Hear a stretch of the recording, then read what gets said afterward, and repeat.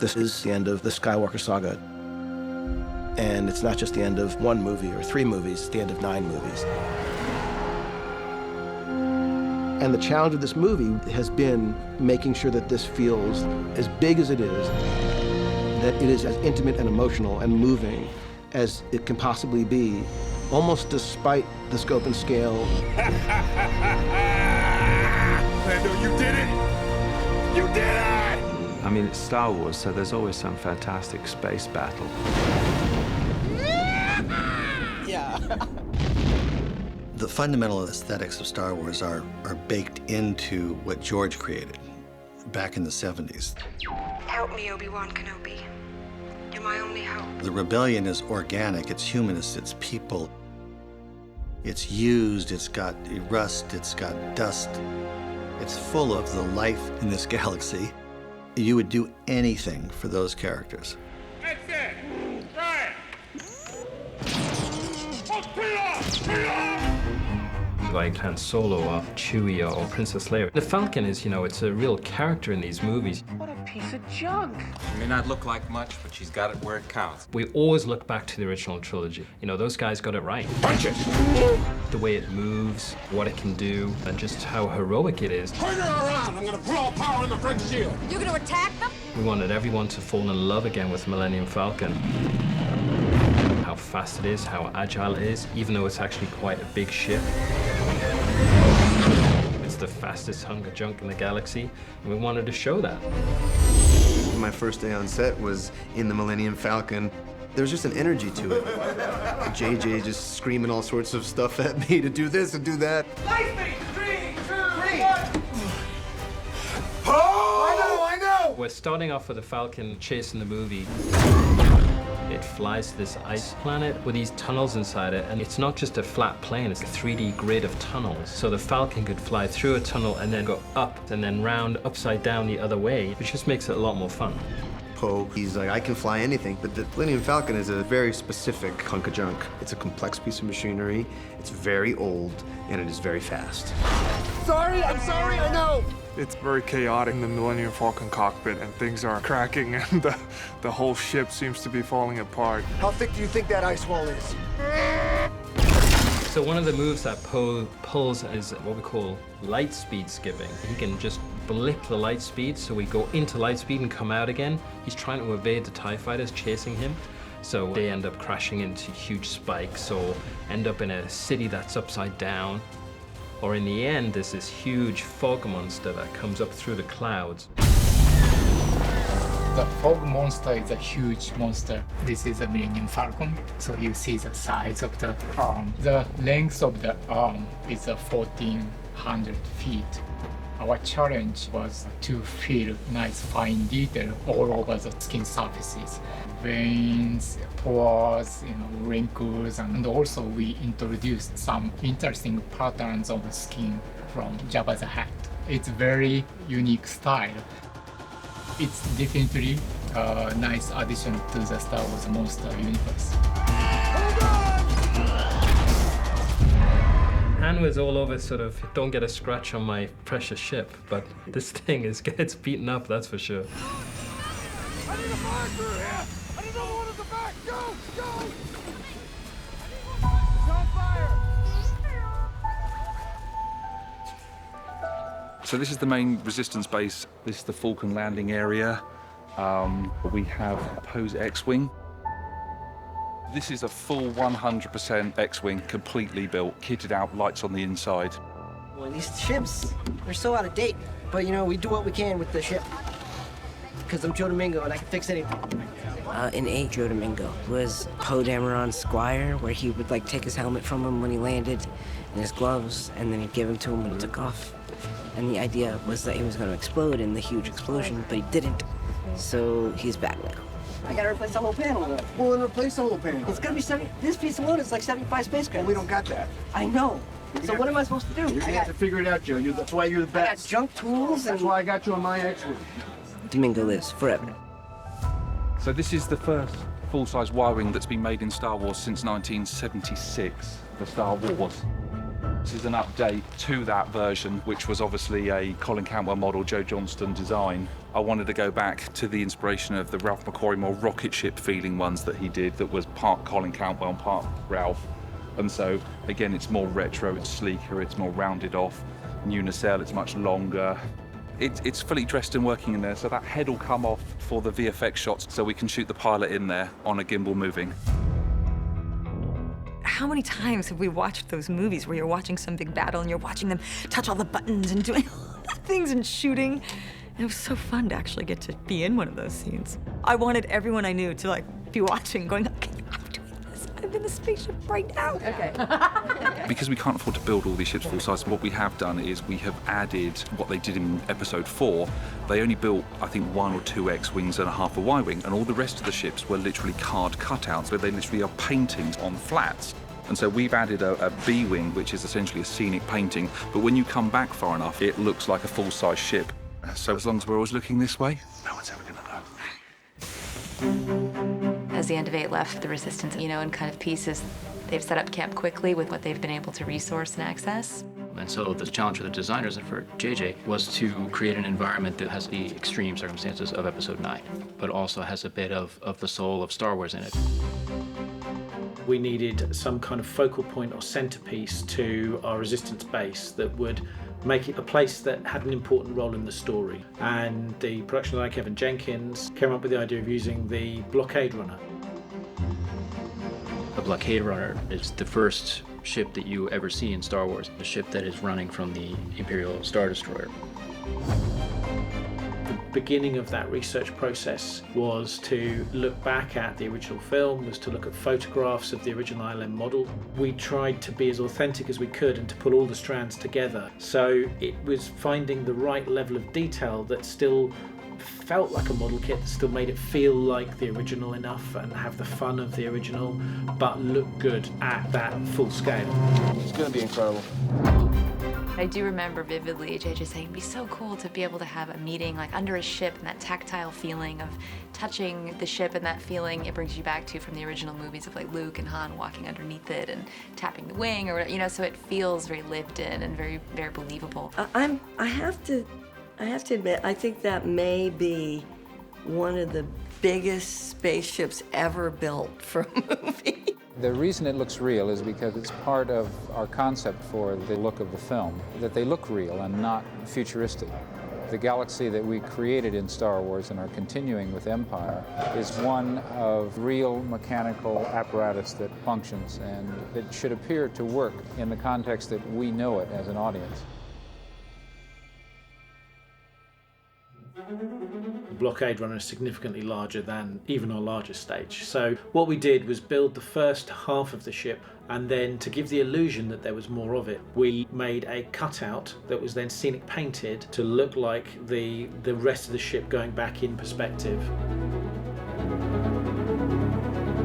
3 days ago, when that was just a flat piece of wood in the back part of this forced perspective, everybody said, well, I don't think that's going to work, take it down. And now you look at it, and I mean, I can't even tell the difference, really.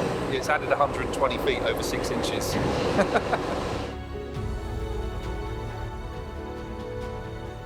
You just look how abstract that looks. And then when you get back and you look at it, it's like, it looks just like a real thing in space. It's fantastic. Just with light and dark, just 4 tones in there.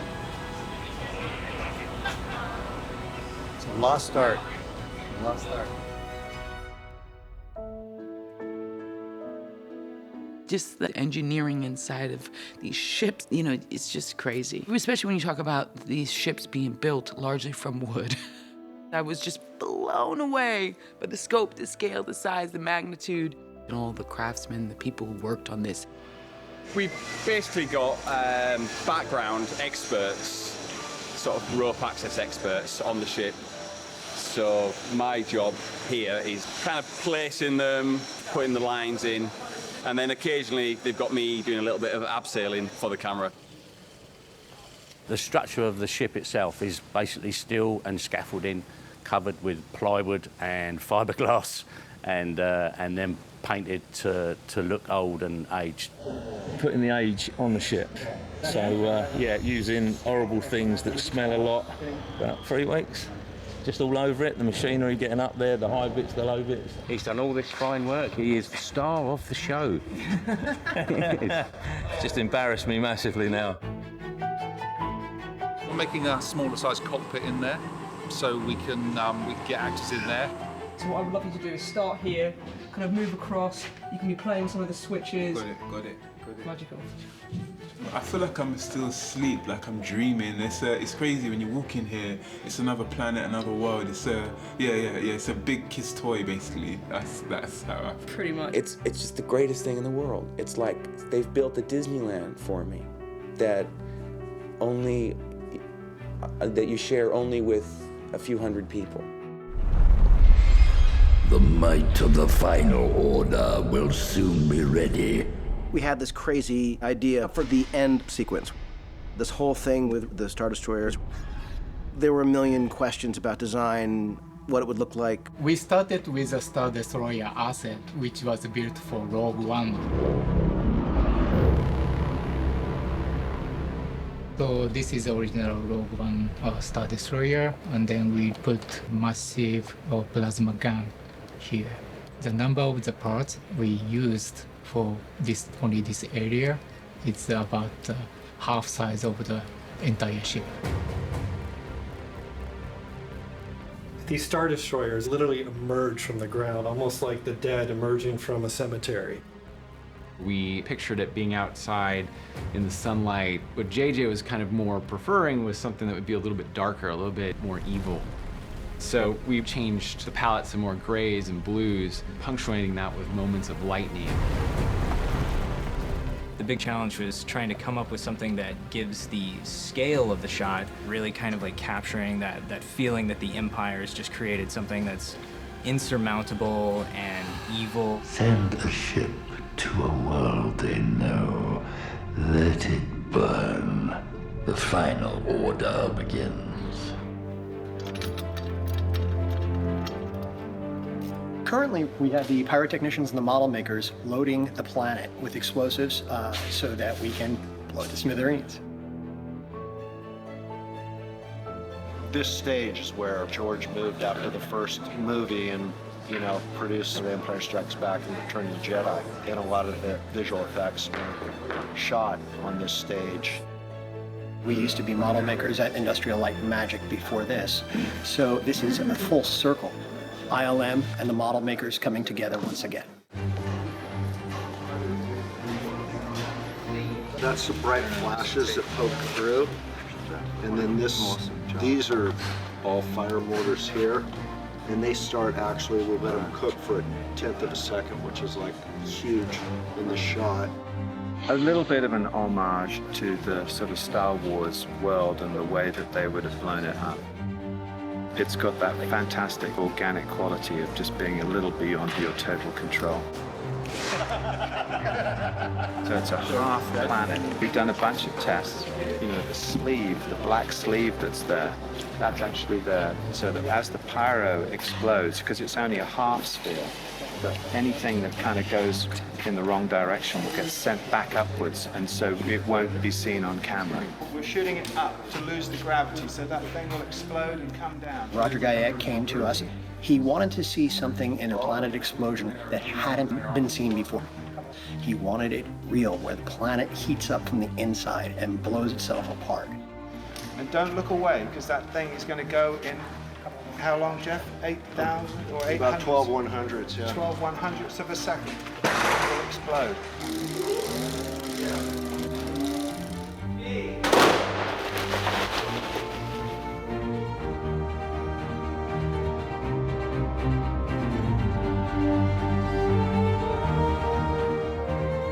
Kajimi. How? A blast from a Star Destroyer. A ship from the new Sith fleet, out of the unknowns. The Emperor sent a ship from Exegol. Does that mean every ship in the fleet has planet-killing weapons? Of course they do. All of them. This is how he finishes it. After Kajimi, we're gonna do everything that we can to buy time and hope that someone's going to show up to fight back against the First Order. Because that's all that we can do. I know it's a rough ride. Stay locked on race course. There's this world the ships have to fly through to get to Exegol. JJ described it as a red space, almost like the inside of the capillaries of the human body. And we thought, well, where do we start? And we started in my garage with condensed milk, with sugar packs, with different salinities of salt, and with chicken pieces. And we threw it all in there, put a little miniature TIE fighter in there, and it was pretty amazing what we were able to get out of it. And then after that, we was able to go to ILM, and they made this amazing world out of it. For this environment, FX has to simulate a lot of fluid, a lot of viscous things that has to be integrated with a bunch of like muscle tissue parts, tendrils, bones. It's gross, it's gooey and everything else, but it looks awesome.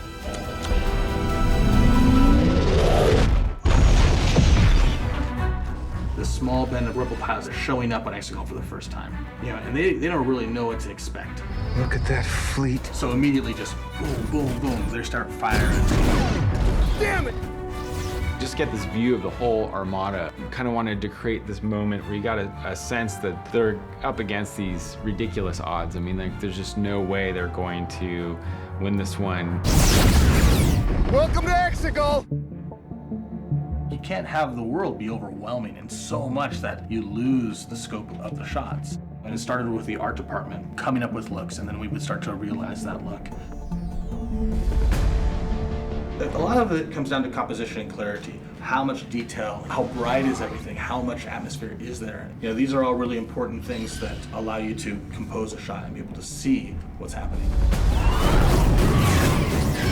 It just becomes utter chaos at that moment. And that was, you know, a JJ plan where he wanted this thing to sound like and look like real war.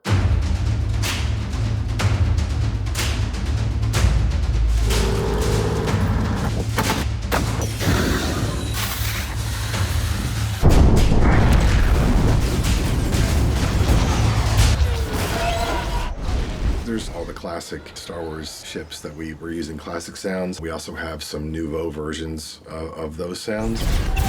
Like the TIE fighters, for example, the root sound, the signature sound of the TIE fighter is elephant scream.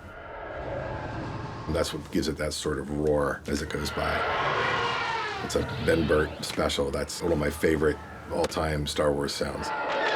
So I wanted to make some new ones with that recipe, just use similar but different ingredients, creating new TIE fighter buys for the Sith fighters. It's a little nastier, it's a little shriekier.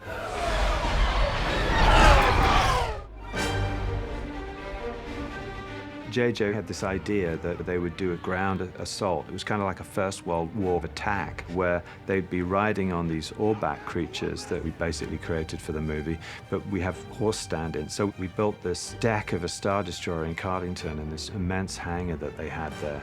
And then we staged all these scenes on it as though the thing was floating above the planet's surface. Hi guys, we're currently here doing the biggest cavalry I've ever seen in Star Wars history. Yeah, we're riding horses across this giant space. We have a place to get to. We can't reveal where that is. We're armed. Hot water bottles and a blanket. And I'm armed with self-respect. Yeah, sure. Not nervous. All the stunts have been challenging in different ways. Horse riding, you are charging through explosions. A lot of jumping. Running through explosions, being dragged through explosions. Now, just here to wish Naomi best of luck. Best of luck, love. Thanks, darling. I'll see you on the other side. It's been a lot. And you don't realize that until you get home in your bed, and then you feel all the pain. Such a drag. Ready, set, and 3, 2, 1, action!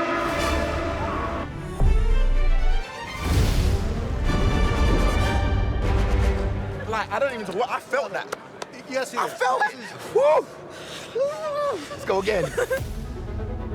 The success of the shots is about making it feel like one huge event. So it's taking that work and sort of blending it into the digital world that we've been creating for that particular moment in the movie. Still no Falcon or backup.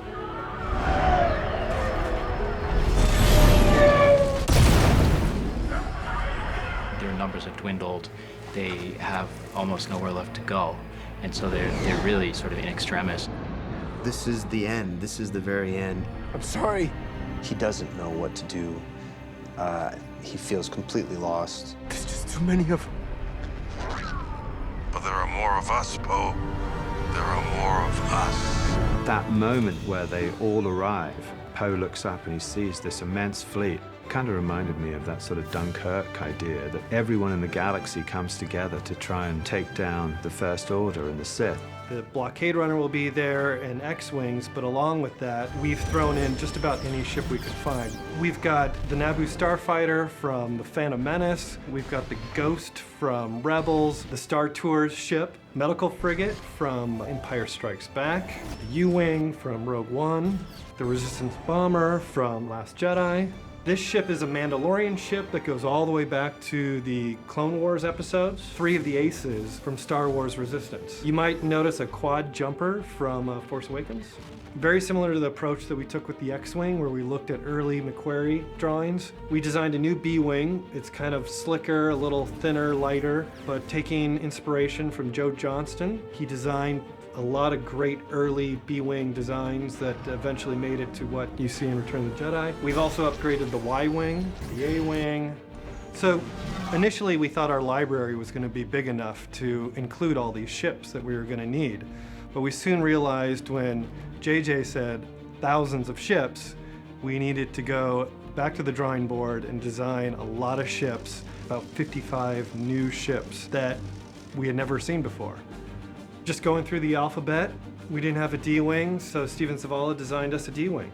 One of the things that we attempted towards the end was taking single ships that we had a library of, like the Mon Calamari, and making more variations of those. So we added wings to them, a dorsal fin, anything to give these ships a unique silhouette. These ships have come from all over the galaxy. They have their own unique signature, so we want to give those silhouettes a really quick read. Finn, you seeing this? Finn didn't board the lander. They're still on that command ship? So we have a sequence at the end of the movie where Poe is going down to rescue our heroes, Finn and Janna, off the Star Destroyer.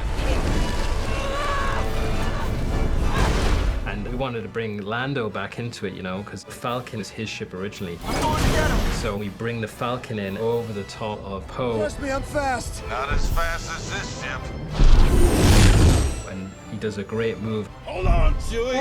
And he dives down to rescue our heroes from the Star Destroyer, and that was a really good fun thing to do. It's a heroic moment, which I was very happy about. Lando did not succeed bringing down the dark side. So this was his moment to do it.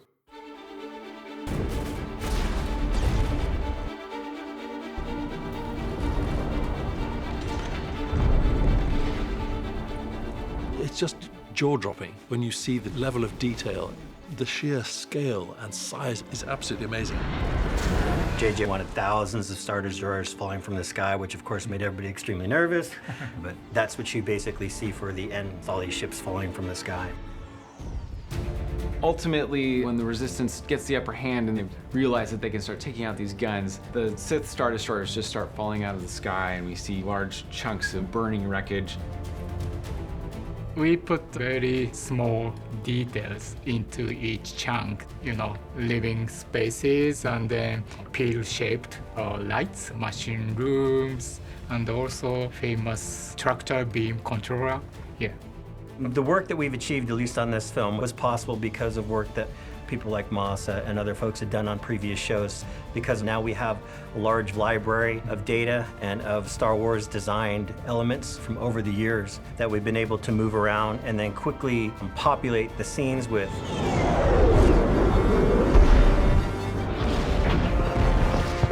Look at this. Episode 9 has some great moments. Whether it's the X-Wing being lifted out of the water or the Millennium Falcon dodging around in ice tunnels. In terms of the visual effects, we probably have over 1,000 artists working on the show one way or another. And great production support. It really takes an army to do these kinds of projects. And of course, at the end of the day, it's the way that you're collaborating which makes the end result better. You've worked on these sequences and you hope you're doing something exciting or different or new, and then you show it to an audience and you just see their reaction. They're just fantastic. It's incredibly fulfilling. And that's really the big moment for me. ILM is the house that Star Wars built. ILM has, and Star Wars really did, change the way you saw what was possible in terms of visual effects. Bringing to life these worlds and these planets and these ships.